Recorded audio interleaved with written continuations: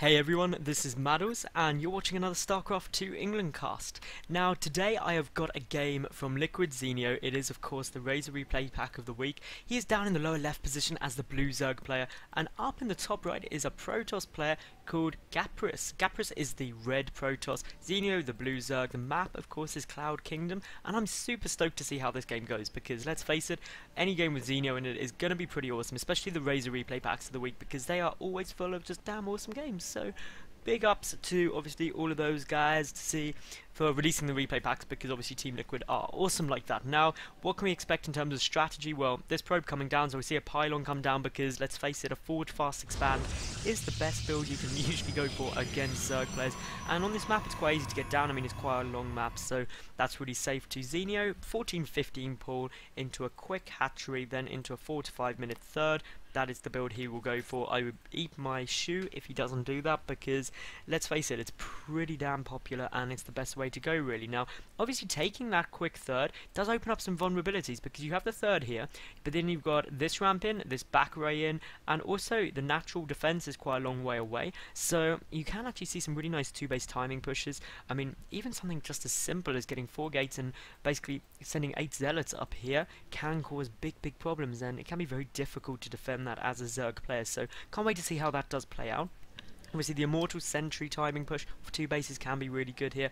A third base also not too hard to secure actually for Protoss, because you can do some nice little walling off here. You can wall off across there basically. You can essentially just cover yourself completely. So again, I'll be interested to see whether this does go for a slightly longer game. Gapris is already being a bit of a pain to Zenio, is going to try and get that probe there, ready to block any type of hatchery, so we may even see Zenio go for that third relatively quickly. He has got down that spawning pool at 15, and what's really interesting, he's got the Overlord coming as well, so again, we'll be interested to see what Zenio chooses to do here, getting out those 4 Zerglings and also the Queens. So it's not going to be a super fast attempt, wants to play it a bit safer. It was a Forge first out of Gapris, and really that's a safer option to do it. It means you get the cannon sooner. Nexus first is viable in my opinion, but the reason I don't think we saw that is essentially because obviously Gapris' probe didn't see the drone coming down to try and harass too early. He did go up, and obviously these 4 Zerglings are going to really help and make sure that Zenio is safe. This will allow him to easily secure up his third base, so I think that is a great move in itself. Now, obviously there is the Nexus, there is the Photon Cannon, good placement of the Photon Cannon. We should see a gateway build around here. That should come down any second now. That will complete the wall off, and yeah, this is all good. So basically Gapris will start getting gas up now. There we go, literally all the timings bang on cue. That is exactly where you want it, and we won't see any gas out of Zenio quite yet. He'll get his third base up first. Really in the next kind of 55 seconds or so we should see that third base on its way, and then he'll get up to about 50 supply before he does get any gas at all. He'll probably get 4 gas at the same time is the most likely thing. That Queen is going to help massively in dealing with that probe. So that probe is going to be out there. We've got the second Queen on the way already. A third and probably a 4th Queen will come down. This map, I really do suggest that you actually get 2 Queens purely for creep spread, because it is a very wide map, which means you need an awful lot of creep tuners to cover this effectively quickly. So yeah, definitely hoping to see Zenio do that, because creep is such a good tool. We do have the 3 Zerglings just staying outside of the natural rather of Gapris, just to basically keep an eye on what is going down. He's going to come down and pick off this probe. That of course is going to be very helpful. That is 1 dead probe. Little win there already for Zenio, not much. Great Overlord position. I actually really like the Overlord being positioned here as opposed to over in this position, because I mean, if we look at the vision you get from Zenio here, well, he's seen most of this with the front. He's also got an eye on this gas. That is very important to see what he's doing. The Cybercore is on its way down. We do now have 2 gas out for Gapris. That's compared to no gas for Zenio. He's got its third base on the way, and when was this chucked down? That was chucked down just over a minute ago. So again, good timing. I think it was about 4 minutes 30, but again, that was just some quick spotting by me there. Now, I'm taking a look up here now. There are 2 and 1 probes in gas. This is a really interesting, basically, setup of the probes in gas. Very mineral heavy, so I'm very interested to see how Gapris goes for this. Now, he does have these 2 zealots out already, so could actually be going for a quick move into getting quite a few gateways up in preparation, essentially, to try and get a lot of zealots to harass this third base. The third queen just started now. Creep tumors are, one is down, but no creep only queens, and I think that is something Zenio could potentially be missing out on, because as I said, it's a very wide map and it could be very, very helpful for him to get those to spread the creep really effectively. A lot of zerglings on the field though, so clearly just a bit concerned about this pressure. A probe is coming along as well, and now here we go. We've got 5 more gateways adding on, so this is going to be 6 gates of pressure, and obviously with the fact that we've got not too many probes in gas right now, we should see an awful lot of zealots. So there goes down the pylon. We've got Stalker coming down as well. These 2 zealots on their own are not going to be able to do too much, and that's a great surround by Zenio right there. Absolutely brilliant. So he picks those off very, very quickly. Double pylon, triple pylon coming down here. Zenio is going to have a big, big trouble of dealing with this. He's trying to go and pick off that Stalker, but needs to be very, very careful. And once these pylons are finished, well, we should see an absolutely massive warp in right now. And Zenio is really going to be in a lot of trouble. Gapris, though, he is very low on the work count, 37 to 50. A cancel goes off on one of those pylons. And now here goes a warp in. An awful lot of units on their way in right now. And, well, photon cannons coming down as well. This is a very big commitment by Gapris. It's a very interesting build, actually. Those zealots are going to make things very, very difficult, obviously, for the zerglings, due to the Stalker thing. Their speed only just started as well. 2 spine crawlers thrown down very, very quickly. Now, what these cannons will allow Gapris to do is basically play very aggressively and poke in and out, because ultimately you can fall back to the cannons where he'll get the extra firepower he needs, and this third base is almost certainly going to go down for Zenio. He does hold it. If those roaches do get out in time, I'd be very impressed.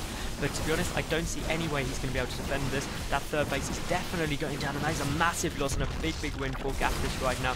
Those cannons are obviously helping significantly. And, well, this is a very, very strong position. Obviously, this is just 5 gates of pressure. So, again, we're seeing some big warp-ins right now. Lair is on its way out for Zenio, who is effectively now going to have to go for a 2-base timing push in order to deal some damage, because otherwise he is not going to be able to keep up economically. Even though Gapris did cut probes, he's now producing 2 at a time. He's up to 39 to the 48 workers of Zenio, but obviously they are on equal bases, which does favour the Protoss.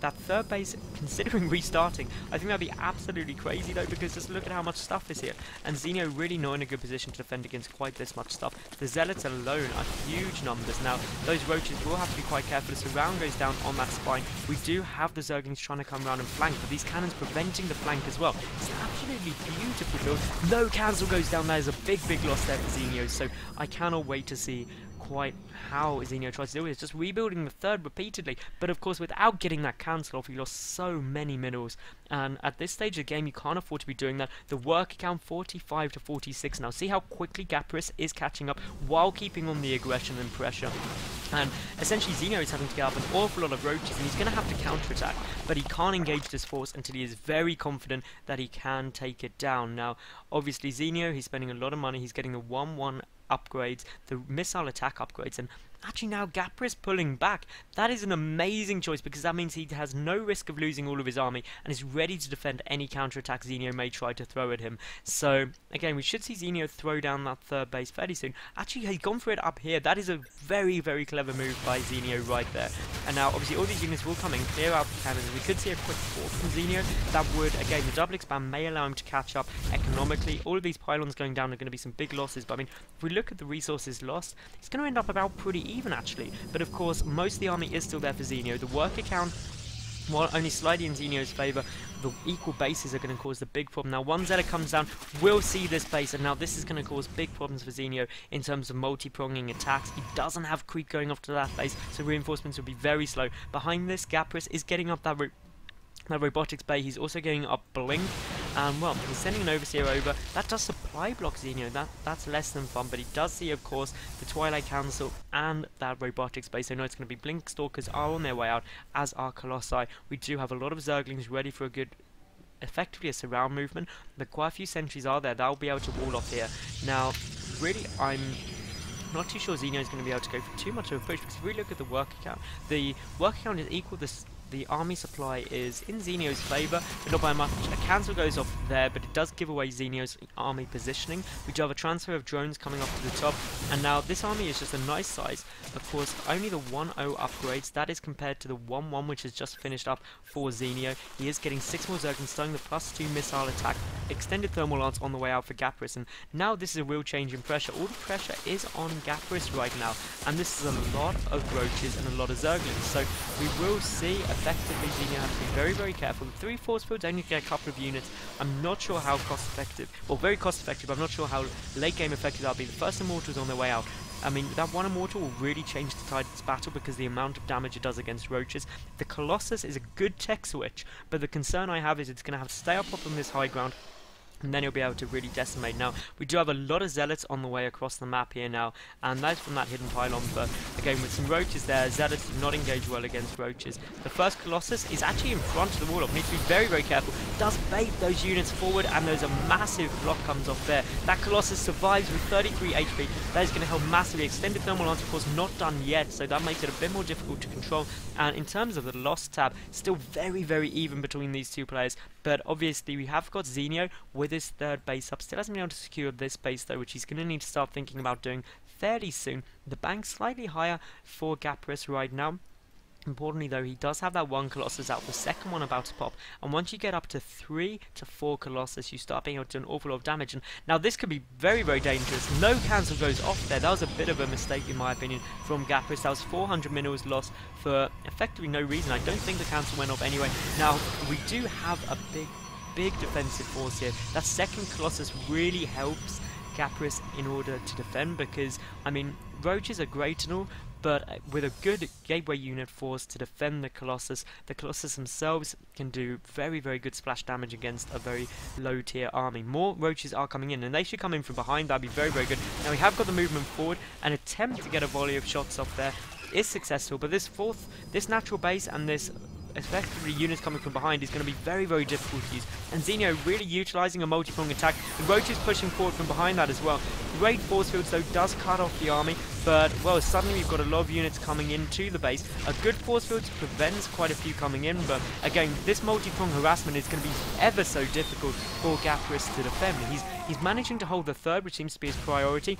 The roaches are in his naturals mineral line, and that is going to be very, very dangerous. Look at how many probes are going down. The forces are on their way back trying to defend, but right there we saw a huge number, 20 probes have been killed. The roaches still are going, and this is just absolutely terrible for Gapris. Zenio coming right back into this with that multi-prong attack. Such a simple move has been so effective. The third base is going to go down, and essentially now we'll see a very, very bad position for Gapris. Yes, he's cleaning this up, but his natural is still very vulnerable. He's losing a lot of stuff. There's more roaches coming in. Zenio does have those 2-2 upgrades. That is compared to, of course, the 1-0 upgrades for Gapris, so he's very far behind in terms of upgrades. He's very far behind in terms of supply, 100 supply down, and more importantly, his work account is now very far behind, and that is not going to help him in the slightest. Essentially, what Zenio is trying to do is he's trying to bait those units to move forward towards the third again, in which case he's going to go for exactly the same strategy as he did last time, which was come in the back. He has already cleared out the rocks, and to be honest, I could almost see Zenio just go for it right now. Yes, now we've seen this move down, we should see those units come out the back, but they're not going to. Instead, joining round the front, hoping to pin these units in, and it's going to be a very good sandwich maneuver right here by Zenio, and Gapris will not be able to defend with that great positioning of Zenio's army, and he is going to go for it. He should be able to get a Colossus very quickly with some focus fire. We'll wait and see if any do go down, but so far we've had a couple of hits go off. Those force fields literally saving the day right there. 1 Colossus will fall, the second Colossus, well, they're going to stay up, and the second and third Colossus stay up purely because of the force fields. I think Zenio perhaps slightly overcommitted in his movement there. Could have tried to get a volley off on the back Colossus and pull out. We would have taken a lot less losses, especially considering the units lost is very, very equal. The fourth base being secured now by Zenio, and yet again we've got these Zealots and the War Prism coming in. They're not doing as much damage as perhaps Gapris would like. Yes, they're being effective, but with so many roaches on the field, I mean, they're just getting instantly taken out, and that is the War Prism down and out. Meanwhile, Gapris, he is on his way across the map, and that is exposing himself to a massive counter push. We should see this force move across now with the roaches, and again, another very good sandwich maneuver could go down. Obviously, again, 2 force fields, allowing quite a few roaches to go down. Not ideal force fields, could have done that in one, so a bit disappointing to see that. But Zenio, he is going to be able to go in a very good position. He should be very concerned about this third base and essentially how easily and vulnerable it is to Gapris' push. And I mean, to be honest, this is not looking good right now for Zenio. This could be a very good counter-attack. Those Colossus do need to be careful though. Massive volley goes down. Oh, Roach hits there. The upgrade advantage is of course still 2-2 to 1-0. Now we've got a complete surround here. Those Colossus are completely exposed right now. One falls. The second one is about to go down. That so many force fields on their way, trying to keep those Roaches at bay. But the final Colossus rather does now fall. There's the GG from Gapris, and what a comeback from Zenio. Absolutely brilliant. So guys, I am Maddles. This was on SC2 England Cast. If you liked the video and the casting, please like or thumbs up the video. Leave a cool comment about the game, the players, or the casting. Also subscribe, because I get new top level games up every single day, so that'd be awesome. But most importantly, I hope you enjoyed, and I'll catch you again soon. Bye for now.